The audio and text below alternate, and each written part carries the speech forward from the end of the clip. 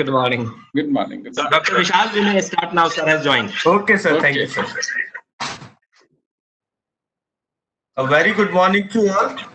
I, Dr. Vishal Jain, on behalf of BBA New Delhi, welcome you all for 2 weeks online faculty development program, 8th to 19th June 2020, on emerging research trends in computer science and IT, in collaboration with IEEE Computer Society, Delhi section, CSI, and IST Delhi section, organized by IEEE Delhi section and AICT IIPC of Bharati Vidyapeeth Institute of Computer Application and Management.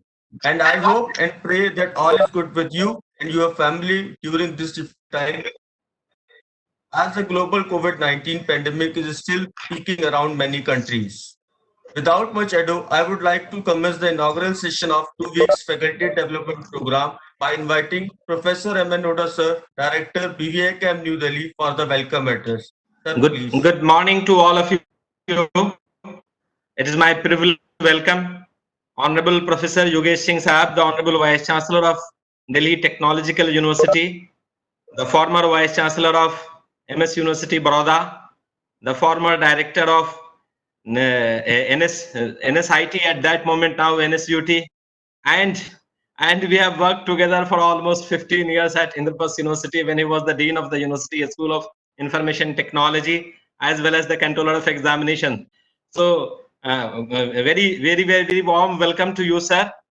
And thank you so much for having obliged me by sparing your valuable time and gracing this occasion as a chief guest. Sir will be talking related to what the faculty member, related to what the students have got the challenges during his inaugural address.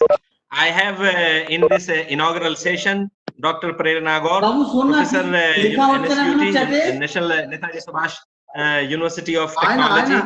I have Dr. Murli Rao, the chairperson of IEEE Computer Society. I have Professor Naseeb Singh, one of the speakers for this conference, Mr. R.K. Vyas, the president of Computer Society of India, and the heads of different professional societies under whom and with whose collaboration this faculty development program is being organized. So welcome to all of you. Friends, a very warm welcome to all the participants. Around 97 have joined, and I think close to 50 participants are yet to join. They'll be joining in between. In this 2-week faculty development program, around 150 plus participants from all over country and abroad as well will be attending it. So a warm welcome to all the participants who found it useful, this FDP, and joined from different parts of the country and abroad. Friends, let me tell you upfront that the kind of the pandemic COVID-19 which has come up is reminding us many things, and particularly in the context of present day situation, I wanted to share this particular Bashir Badr share that कोई हाथ भी ना मिलाएगा जो गले मिलोगे तपाक से, कोई हाथ भी ना मिलाएगा जो गले मिलोगे तपाक से, ये नए मिजाज का शहर है, जरा फासले से मिला करो. Probably this may be around 30-40 years ago, which Bashir Badr narrated, now is becoming true, and the changing ecosystem in and around us is making us to believe in this particular environment. Friends, COVID-19 pandemic says that we must innovate, follow the technology race, but not on the cost of the rules of the nature. Rather, we must innovate to preserve the natural resources and keep ecological balances in a sustainable manner for our next generation. Else, nature will take corrective actions and will balance it. Most of the time, these pandemics are a result of these kind of actions taken by we people on the earth, and that's how a great poet again has said. And nowadays it is very popular that कुदरत तेरा रूठना भी जरूरी था, इंसान का घमंड टूटना भी जरूरी था, हर कोई खुद को जमीन पे खुदा समझ बैठा था, इंसान का ये भरम टूटना भी जरूरी था.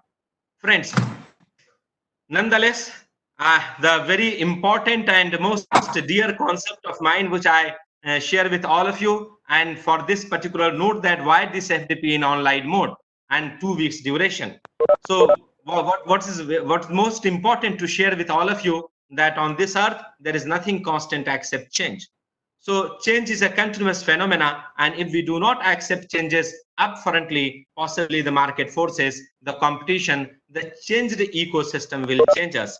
all of us have to believe in that. And if we do not believe in that, then probably you might have witnessed that maybe around 10-15 years ago, there was a Nokia feature phone, and carrying that Nokia feature phone, having that Nokia feature phone was a matter of pride.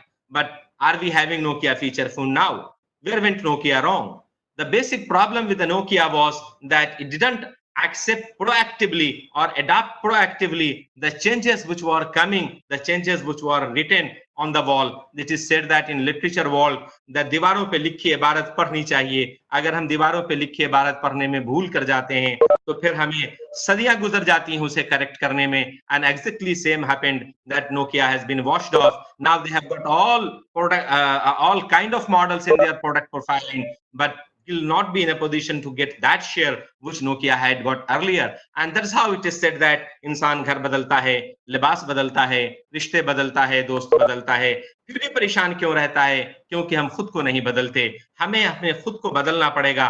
हमें यह समझना पड़ेगा कि in which direction the technological changes are forcing or are telling me to go. So that upfront adaptability to the change is very important. And that's how a great poet has said that उम्र भर गालिब यही भूल करता रहा, धूल चेहरे पे थी और मैं आईना साफ करता रहा.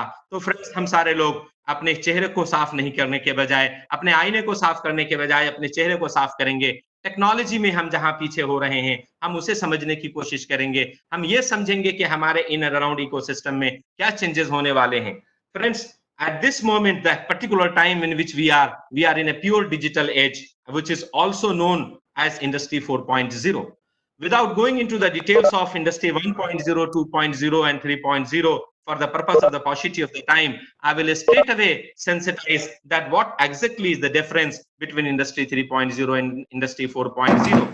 As a technologist, as an academician, as a tech-oriented people, we understand that till Industry 3.0, it was the technology which used to revolve around the business model. But now in Industry 4.0, the situation is reversed. It is the business model which will have to revolve around the technology model. And that's how the education, so many changes you are understanding in particular education. That's how the people have spoken about disruptive software applications, which have proven over a period of time that almost the decades old traditional business process are no more existing, and a new business process has come up. WhatsApp, Paytm, Ola, Uber, mobile banking, mobile ticketing, mobile enabled system of paying bills or utilities, etc., are such examples.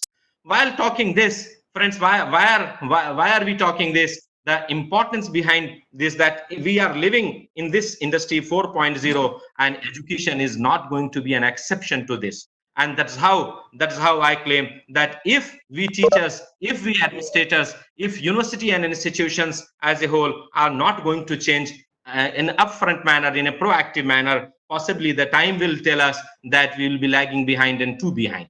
Friends, in last 3 months, all of us have seen a major shift in teaching learning process, from face-to-face teaching to physical classroom, face-to-face teaching in physical classroom, to online and digital classrooms with which we all of us are connected. This is just the beginning of the major transformation in academic world to happen, and entire teaching learning system will get overhauled on account of such situations. Gone are those old days when teachers forcing students to maintain 75% attendance in a physical classroom, making students to follow him or her desperately for a small piece of notes, asking students forcibly to join all activities in a big crowded environment of maybe 500 or 1,000 students, irrespective of his or her interest of choice, will now be the good stories of the past.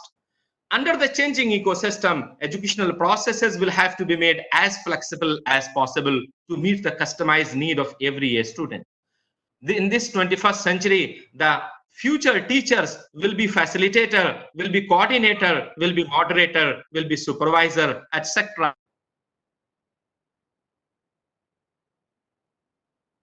Will have to be designed in such a way that students are active learners and teachers are facilitators. And if we are not going to do that, possibly the time will not forgive us.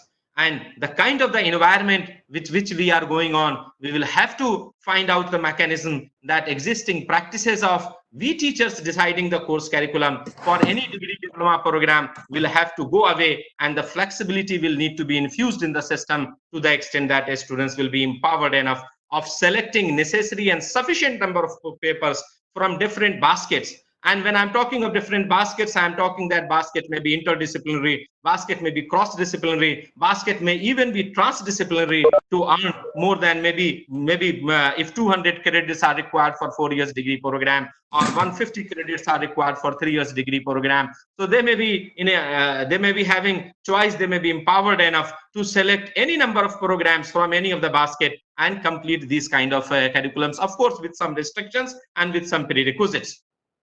Having said that, we need to understand also that not only that in one university, students should be in a position to select all these programs from different baskets. Students may also be empowered in coming days to select these courses from different baskets, maybe from 3, 4, 5 different institutions and universities of his or her choice, and get the required degree at the end. And imagine if this is going to happen, so then students may not be bound to study all 4 years or 3 years or entire duration of program in any one institution. And then what will happen to the fee? What will happen to many other models which are connected with existing environment? And understand, if this is going to happen, then under the changing ecosystem, it will become a regular phenomena that maybe A, B, and C universities having enough flexibility in their curriculum may be overcrowded with students, whereas X, Y, and Z universities with less flexibility may not be getting students exactly in the same way in which the open open market are sustaining. That maybe in an open mall, 2, 3 shops are overcrowded with the customers, rest of the shops are having no customer at all. So that kind of ecosystem we are expecting in education 4.0. Existing assessment and examination system will have to be completely overhauled, so that instead of a scheduled examination, we may need to start demand driven examination. A student will tell us that we are ready to give examination, and please schedule my examination, and then the examination will happen. That kind of demand based examination, and from a particular question answer based environment, we have to switch to some kind of problem driven or some kind of problem solving environment. That is on the card. Friends, when I'm talking this, in fact, I'm sensitizing you that what is going to happen in education 4.0, where students will have to be treated as customers, and universities, institutions, academic bodies will have to be run as an enterprise, as a company. Friends, these are some of the glimpses of the education 4.0, on the background of which this particular 2 weeks FDP, 2 weeks faculty development program has been organized. And the purpose is to sensitize ourselves, to understand ourselves, to first learn the technology, be adaptive to changes, be flexible in giving offers and choices to our learners, because ultimately the order of the day in 21st century will not be the old definitions of the books. So that say that if you are educated, if you can read, write, and speak, rather the new definition in digital age of educated people will be that learn, unlearn, and relearn. And when I'm talking of learn, unlearn, and relearn, this applies equally to we teachers, equally to we administrator, the way it applies to a students. And in coming environment of education 4.0, there won't be any concept of teacher and a student. Everyone will be a learner. Friends, under this particular environment of this COVID-19, the kind of the situation which has been there, please consider this program as a more fruitful, more meaningful, and that will be possible only when all of you will participate, all of you will interact with the concerned resource persons, and will try to extract many things. And when you will go away to your institution, see to it that whatever you learned here, that should get implemented at your respective institution. So I mean to say you that the information which you carry must be processed by you, and depending upon the requirement must be implemented in your classroom. That's all I wanted to say at this moment. There are many things which can be said, but because of paucity of the time, I will stop here. Dr. Vishal, it is up to you now. Thank you very much, sir, for your kind words and enlightening us. Now I request Professor Prerna Kaur ma'am, Chairperson, IEEE Delhi section, to enlighten us. Thank you, Dr. Ma'am, Vishal. please. Am I audible? Yes, ma'am. Good morning to all dignitaries in the room. Our chief guest of the event, Honorable Vice Chancellor, DTU, Professor Yogesh Singh, Professor M.N. Huda, Professor A. Murli Rao, Dr. Vishal Jain, and all the faculty members who are attending this 2 weeks FDP on the topic of emerging research topics in computer science and IT. It is co-sponsored by ITP Delhi section. ITP Delhi section has around 4,000 members as on today. Geographically, it covers Haryana, Punjab, Himachal Pradesh, Jammu and Kashmir, Rajasthan, Chandigarh, and Delhi. We have 88 student branches and 26 student branch chapters, 19 society chapters, and 4 affinity groups. We are organizing around 200 activities for professional members and technical activities for students that are in number around 1,000. Yesterday only, we celebrated Chandigarh Subsection Congress, in which Jason Myers of gave a presentation on machine learning. And today also one such session is planned on machine learning on robotics. I congratulate Professor Huda and his team to organize this FDP back to back in this pandemic situation. I hope members attending this FDP would be gaining knowledge from coming from eminent professors. And it is an honor to me to share this space and this session with Professor Yogesh Singh. And I really admire the way he inspires others to his work. In the last, I would like to thank Professor Huda to calling me to say a few words for FDP, and I wish Thank success. you very much, ma'am, for enlightening us. Today we have great privilege for all of us for having Professor Yogesh Singh sir, Vice Chancellor, Delhi Technological University with us as the chief guest of the program. Education is the key to success in life and teachers make a lasting impact in the living of their students. A true believer in being an accomplished professor, but more importantly, a reachable teacher to his students. A beloved educationist who has touched the lives of uncountable number of students as well as his colleagues and peers. Leadership is not about you, it's about all investing in the growth of others for the welfare of the society. A quote that is an expression of his passion and dedication towards the betterment for all. Professor Yogesh Singh sir is the third Vice Chancellor of Delhi Technological University.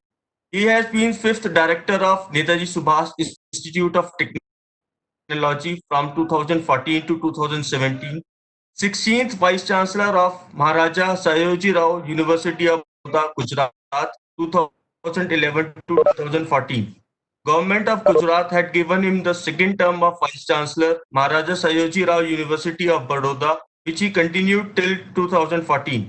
He received his MTech and PhD degree from NIT Kurukshetra, Haryana. He has always had a holistic approach to education and is an exemplary team player who has passed on his wisdom upon anyone who has crossed paths with him, only with the one agenda to impart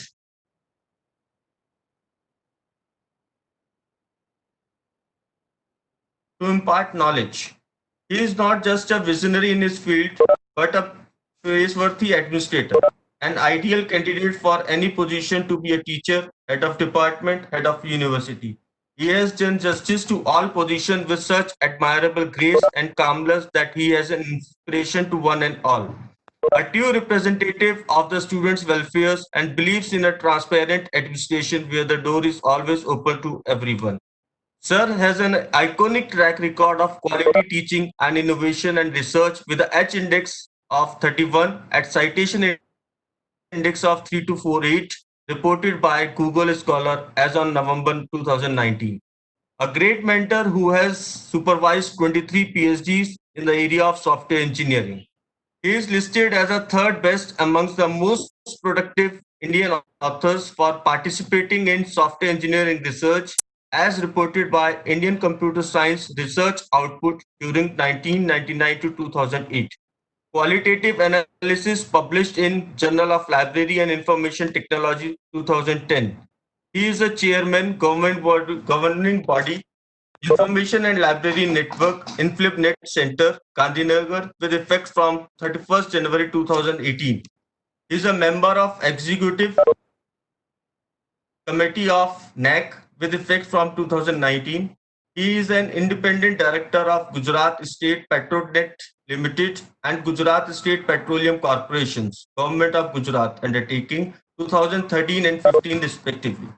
He has been part of a prestigious Yale India Leadership Program at Yale University, USA, visited Columbia University, New York State University, Stony Brook University, and Cooper Union College under the aegis of this program.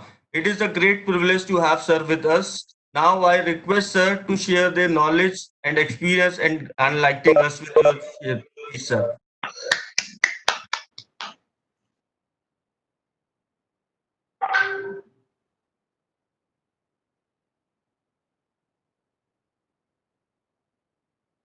Sir, I think your mic is mute, sir.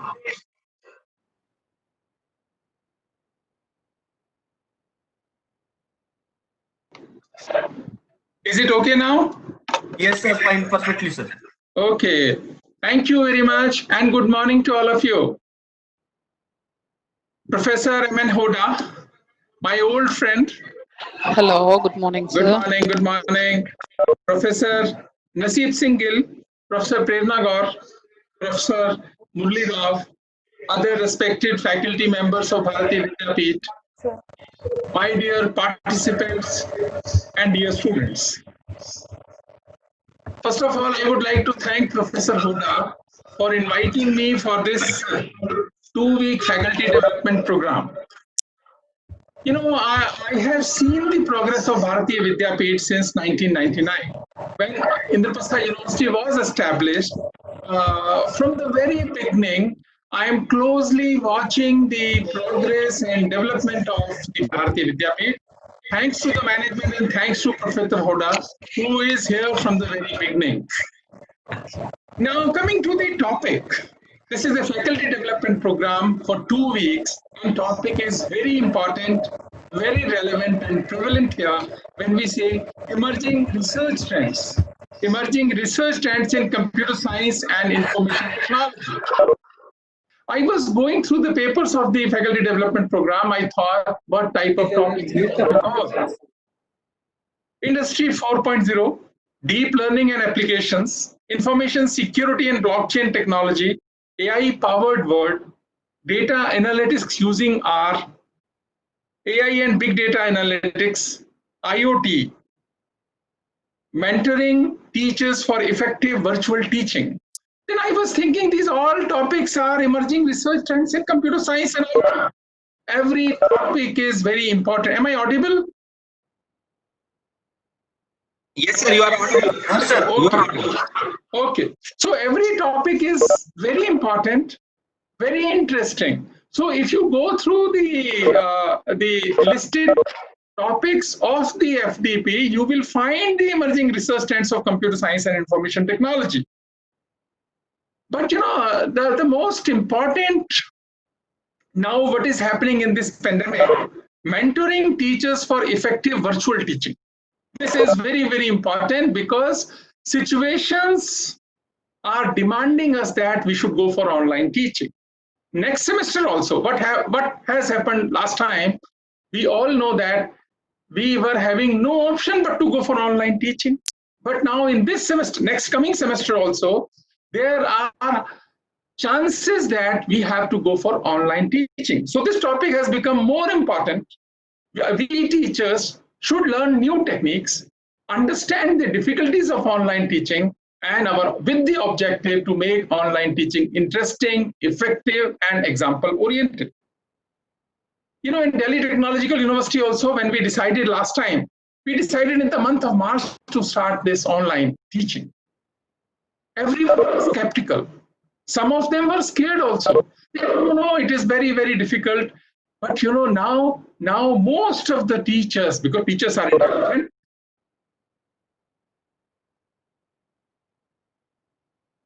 have knack of teaching. But you know, now in the new era, new tools, But we could do it, they could do it. And now this semester, which will be the coming semester, if we have to go online, most probably we will go online. Then, students expect us to improve. First time, many things, can be ignored. Oh, it is first time. But now, second time, everyone is expecting that our performance should be improved. So that's why this topic, mentoring teachers for effective virtual teaching, is very, very important. And two things here also as a teacher we have to understand. One is asynchronous teaching. It means what? Go to a digital database, maybe Swayam, maybe edX, maybe Coursera or any other, and then you can learn from there. Then we can do quizzes there. So watching video, reading and doing, practicing. This is one way of doing things. But in our Indian university system, although we are promoting it in DTU also, in other institutions also, one can take 16 credits from this asynchronous mode. But when teachers are doing it internally, we expect us to do it a live lecture, synchronous mode teaching. So it means what now? We should make our lecture very effective, because we should come out of the rudimentary classroom teaching. If we want to replicate through online teaching this model only, then we are not doing justice. As a teacher, we should be creative, we should be innovative, and we should find new ways and means. Recently, MIT has published a report, and what they are saying, now time has come. We have to learn lessons from film industry. We have to learn lessons from advertising industry. See what is happening there. 30-second advertisement and they are conveying everything. For example, if we say episodes, like television, TV episodes, TV serials, like in 30 minutes or 40 minutes TV serial, they are conveying so many things, and they have to seek the attention of the viewers also. And 30 seconds advertisement. So it means what? Every lecture is very, very important. So they are saying the role of graphics designer will come in picture now. It means what? Now every higher education institution should have graphics designers, should have learning engineers. From where they will come? Either we appoint them or we train our teachers. When we say the graphics designers, IT, computer science teachers can be easily trained on that. But it may not be true for other disciplines like mechanical engineering, civil engineering. They may take some time. Or we can hire some graphics designers here. They should work in coordination with the teachers, so that, first 20 minutes, we should show a good, like advertisement of the lecture, where principles, it should be using good graphics, animation. So we should learn animating tools here. We should learn the presentation tools. And after 20 minutes of a good video, then, we should start discussion on the topic. We should relate it to the examples. We should relate it to the experiments.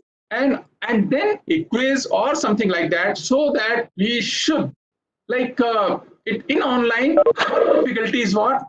To have the attention of all. Enthusiasm, to maintain the enthusiasm. So this is a new area, totally a different area. New tools are expected. When we say we should learn Maya, we should learn 3D Studio Max, we should learn stop motion studios and similar things. It means faculty should prepare. And now this is the right time. This is the right time. Otherwise, we may face some issues in the coming months or coming years with our students. And so, right kind of virtual environment ecosystem should be created with the help of tools, with the help of graphic designers, with the help of learning engineers. So we have to, particularly computer science teachers, we should have to reorient ourselves for the same. And another issue, which is pressing issue, it's a very, very pressing issue now, online examination. In the country also, everyone is debating on online examination, because when, there are two ways to see things. One is what we want to do it. Another is what, oh no, we don't want to do it, so we have to find faults. So you will find so many faults. In software testing, what we say, the purpose of software testing is what? Intention to find faults, or intention to show that the software is free of errors. If our second intention, we want to show the software is free of errors, we will try to work in the safe environment. If our intention is to find faults, we will work in the difficult environments. What is happening in online examination? This semester, many universities are not going for that. They have their own difficulties, but in the next semester also, same logic cannot be applied. We have, if the same situation continues for another 6 months, we have to find ways and means for online examinations. And in DTU, we experimented this. And I am very happy to share that we have started our online examinations for final year semester. It is AI-based proctored examination. Proctored examination, it means what? It means what? When you are giving your exam, you are in front of your laptop, as we are doing so right now. With that camera, we are monitoring the student in supervised mode. One is AI-based algorithm, software is monitoring the movements of a student. And second is what? Teacher is also monitoring. It's a class of 25 students. All students are visible. Teacher is monitoring them. Teacher is giving instructions to them through chat. And then we are also offering all three modes. One mode is all objective. Second mode is objective plus subjective. Third is complete subjective question paper. Then, initially students were not ready. There were hue and cry for online examinations because they said you should go for the averaging of marks. But, averaging is a very easy path. Second is not good for bright students. So we decided to go for online and now we have already declared results of 2 branches. Others also we will be able to declare within few weeks. And by 30th June, we will complete our all examinations online, AI-based proctored mode. So the point is, we should have the mindset of change because it is essential and we have no option also. So when we say now one is online, another is the virtual classroom, we should, please, my request to all the teachers who are in FTP, don't try to replicate classroom model. We should have a board, we should write on that board, students should see that. Students will not appreciate that, my dear teachers. They will not. They want something more. They expect something more. We have to think, make it, and our role model should be film industry, TV series, and advertising industry. How are they making the things very effective in a limited time?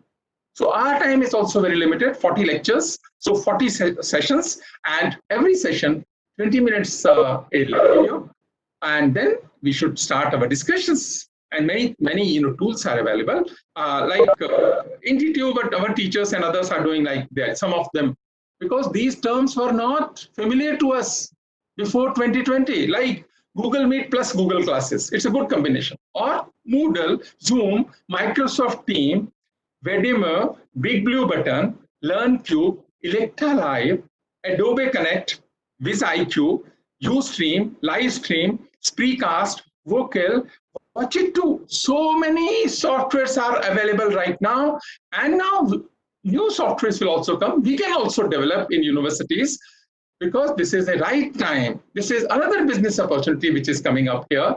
Although there are many companies available, if we don't want, we can take advantage of that. But we have to find, like Professor Hoda has rightly said, new examination systems now, new ways of taking examination, and where software can help us, because students will not come to universities and institutions at least for about 3, 4, 5, 6 months. It's a challenging time, and we have to change ourselves. And sometimes we feel that no, we are not ready for change.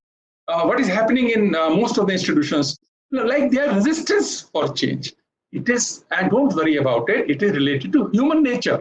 It is related to human nature. Human nature is resistance for any change. If we are doing so, others are also behaving in the similar way. And, one example is, I have given many times, when first car was made in 1853, in London, company wanted to launch that car on the roads of the London. Proposal was submitted to the mayor of London, 1853. बहुत साल पुरानी बात है, 1853. Proposal was submitted to the mayor of London, and then the poor fellow was scared that how can I give a permission to a vehicle which is not, where horses will not be used. It will be controlled by a machine. Poor fellow could not imagine and visualize the future technologies and the present initiatives. Proposal was rejected. Oh, you may be surprised to know, speed of the car was only 5 kilometers per hour. Right now, we have cars of 150 kilometers per hour speed car. That car speed was only 5 kilometers per hour. And it was having iron wheels like road rollers, which we see on Indian roads, the road rollers. It was iron wheel car, speed was very limited, only 5 kilometers per hour. But still the proposal was rejected by the mayor of London. Company came in a difficult situation, already invested time, money, energy, everything. Then they again resubmitted the proposal. They somehow managed the mayor of London. Sometimes we do in India also. They managed the mayor of London and the proposal was resubmitted. But still, he was not convinced. So he wrote on the file that, okay, proposal is approved, but there will be 4 horses in front of the car, 4 horses after the car for the protection of the citizens of London. And London saw this tamasha for many months. It means what? Now, situation has changed everywhere. So human nature is resistance for change. So we have to come out of that inertia. That's very, very important. And when these Britishers came to India, कितने साल पहले आए थे? 400 साल पहले आए थे करीब. They had not seen cotton. When they came to India, they had not seen cotton. And one of the Britishers has written in his book that a very great British philosopher has written, these Indians are very clever. These Indians are very clever. The wool which we are getting from sheep, they are growing in plants. Wool which we are getting from sheep, they are growing in plants. It means what? But point is not that. They immediately realize the potential. Britishers realize the potential of cotton. And you may be surprised, in another 30-40 years, Manchester became the textile hub of the world using cotton. It means what? Grabbing of opportunity. This pandemic is also giving us many opportunities. Many opportunities. We have to grab that opportunity. And if we are complacent, if we don't do anything also, then also pandemic will pass. Nothing will happen, but we will miss the opportunity. And if we miss, like Professor Huda talked about the industrial revolutions. When the first revolution, industrial revolution took place, we could not take part in that. Second also, we could not take part in that. But now in Industry 3 and Industry 4, we have to take part. We have to assume leadership in some of the areas of the industrial revolution. If we fail to do so, this time also when the parameters are favorable, then those who will follow us will not forgive us for our tardiness and negligence. So this is very important. Education institutions and teachers should understand that we have no option, but we should be ready for the change. Change fast, innovate new things.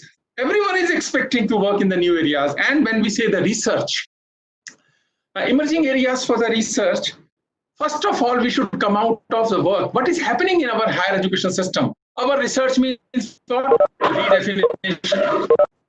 Our research is what? Reinterpretation. Our research is what? Extension work of existing work. May be good for publication of a research paper, but nothing tangible will come out of it. Nothing significant will come out of it. Now country expects us to not only publish, but to have something good, some commercial sustainable products. What is happening? We have an idea, we experiment it, simulate this and publish a good research paper, teachers are satisfied. Because our objective is not only to publish a good research paper. But now, my dear teachers, my request to all of you, students also, now don't satisfy yourself only for the publication of research paper. Think about that. How can I develop something, a product, and then commercially sustainable product? Objective should be to develop commercially sustainable product. If that is your objective, immediately you will think a problem which is not solved, or imagine, if you want to replicate something, then your new product should be at least to survive in the market. For example, Google Chrome. When this Google Chrome came, Microsoft Explorer was there, Netscape Navigator was there, and so many other search engines were there.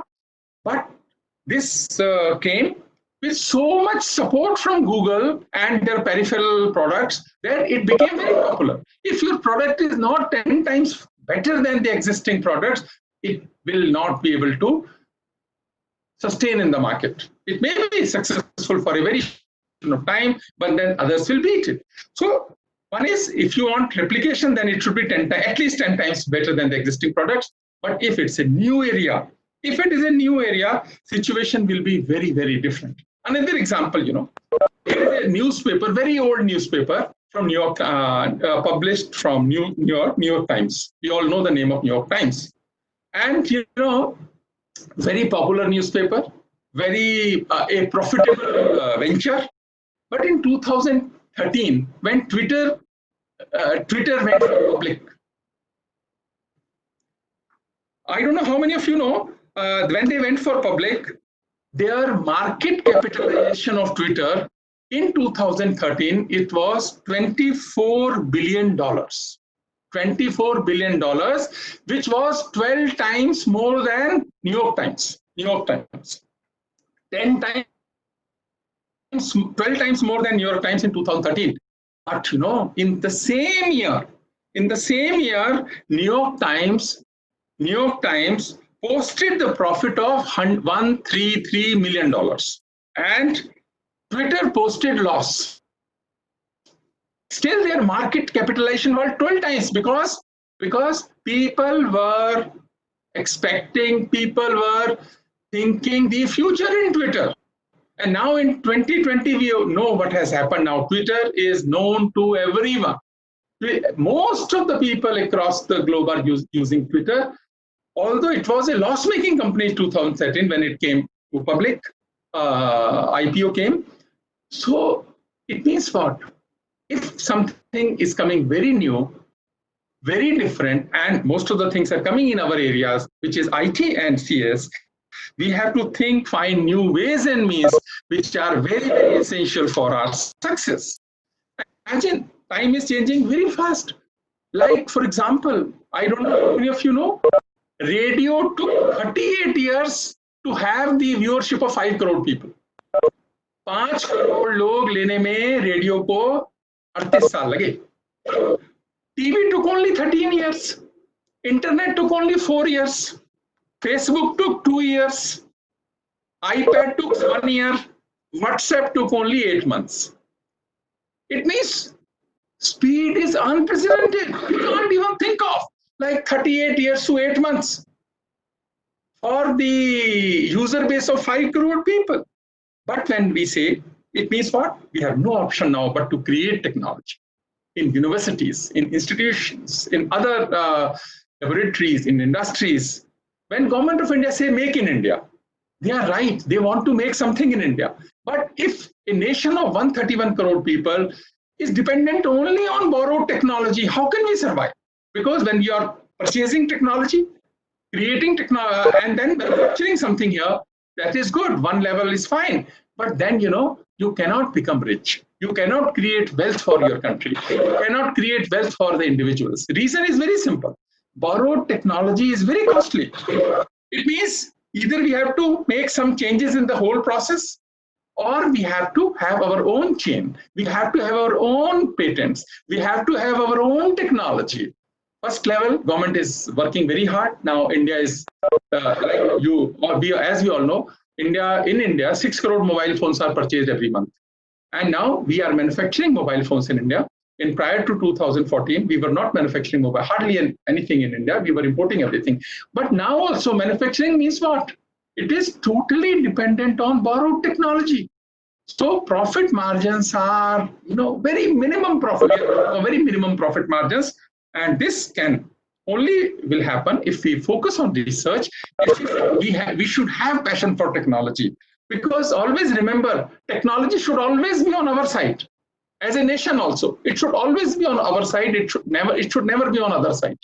If we do not have, we should create it. If we cannot create it, we should borrow it. If you cannot borrow it, collaborate it. And if you cannot collaborate it also, then do something else. But you should have technology. And now the days of cut, copy, paste are over. My dear participants, our days of cut, copy, paste, those days are over. Now, don't focus on cut, copy, paste. Develop your own expression. Develop your own idea. And then define a particular problem and work on that problem. This is what is demanded now. And 131, 135 crore people nation, we need technology, best technology. So we should develop that kind of environment in India, where we should have the best technology. Now government is saying we should have the weapon technology, we will create weapons here, good, manufacture weapons here, but not on borrowed technology. Like we can continue with another 5-10 years, but how far? Only based on the research of the Western world or the other, and we have to borrow it. So that's why एक हिंदी में हमारे कवि हैं बहुत अच्छे, मुझे उनकी लाइनें बहुत पसंद हैं, हरिओम पवार। उन्होंने एक बहुत अच्छी बात कहते हैं कि चरखों से नहीं लड़ा जाता युद्धों में तोपों के आगे, चरखों से नहीं लड़ा जाता युद्धों में तोपों के आगे, रामायण नहीं पढ़ी जाती सीमा पर शोलों के आगे, धरती के घोर कुहासे को, कुहासा होता है अंधेरा, धरती के घोर कुहासे को केवल सूरज हर सकता है, एटम बम से रक्षा केवल एटम बम ही कर सकता है। So when we talk about technology, we should have technology. In the past we have lost many wars. I don't want to go into details of that, but my dear participant, research is a journey. Research is a journey. If you do not enjoy that journey, then it is not for you. Think about it. Ask yourself, am I enjoying the journey? Because it can have milestones, but no destination. Because every milestone will inspire us, intrigue us for another milestone. So that's why. So we should not go for any extension work. We should not go for any redefinition work. This requires the change in the thought process. And AI data analytics have many applications now. In every area, we will find applications. So if we develop ourselves in these two areas also, they are very prominent, effective, relevant areas in agriculture, education, healthcare, automation, whatever. Right now, most of the Delhi people are using Google Maps. It means what? It means so much data is being processed, generated, new opportunities. So those who are doing PhD, please don't do PhD for the sake of doing PhD. You will get a degree, fine. But if you want doing PhD, please do PhD for the research. Teachers, I do understand. Teachers are specialized in teaching knowledge. Teachers are specialized in teaching knowledge. They are not specialized in using knowledge. So teaching knowledge to using knowledge. Teaching knowledge to using knowledge, we have to make bridges here so that these teachers can do wonders. Then they can inspire students, and our universities and the institutions will become the instruments for change. And then and only then, this purpose of organizing this faculty development program also, so that it may inspire some of you to work in the areas, in the difficult areas, for the development of commercial sustainable products. Last बात बोलता हूँ बस, सभी होडा साहब ने बशीर बद्र को सुनाया, बशीर बद्र मुझे भी बहुत अच्छा लगते हैं, उनकी एक बहुत अच्छा है, इसके लिए रिसर्च की बात करें या पैशन की करें, वो बोलते हैं कि आंखों में रहा दिल में उतरकर नहीं देखा, आंखों में रहा दिल में उतरकर नहीं देखा, कश्ती के मुसाफिर ने समंदर नहीं देखा, बेवक्त घर चला आऊंगा तो सब चौंक पड़ेंगे, बेवक्त घर चला आऊंगा तो सब चौंक पड़ेंगे, एक उम्र हुई दिन में कभी घर नहीं देखा, जब से चला हूं मंजिल पे नजर है, जब से चला हूं मंजिल पे नजर है, मेरी आंख ने मील का पत्थर नहीं देखा. That passion we expect from the researchers, Indian researchers, and the faculty who want to be instrument for change. My good wishes to all of you, and request to all of you that we will do something really good in coming years for India, because it expects us to perform, expects us to innovate, expects us to develop some new products, and we should have our own multinational companies. Government is working, society is expecting, and we in the universities also, we are trying to create that environment. And these FPPs play a very, very important role and may help us to change our thought process in the right direction. Thank you very much, Professor Hoda, for inviting me. Thanks to all of you. Thank you. And thank you so much for inspiring us. Thank you, like always. Thank you very much, sir. Thank you. Thank you. Thank you very much. Thank you very much. Please, sir. Thank you. Thanks a lot.